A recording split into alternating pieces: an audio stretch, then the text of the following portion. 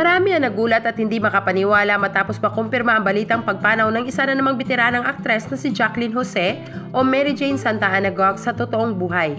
Ayon sa balita, natagpuan umanong wala ng buhay sa kanyang tahanan sa Quezon City ang aktres ngayong araw March 3, 2024. Hanggang sa ngayon hindi pa ibinalita ang tunay na dahilan ng pagpanaw ng aktres.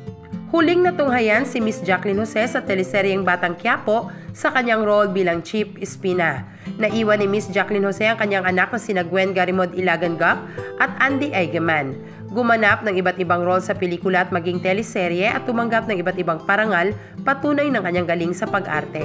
Si Jacqueline Jose din ang first ever Filipino na nagwagi ng Best Actress Award sa prehisteryosong Cannes Film Festival. Pumanaw si Miss Jacqueline Jose sa edad na 59.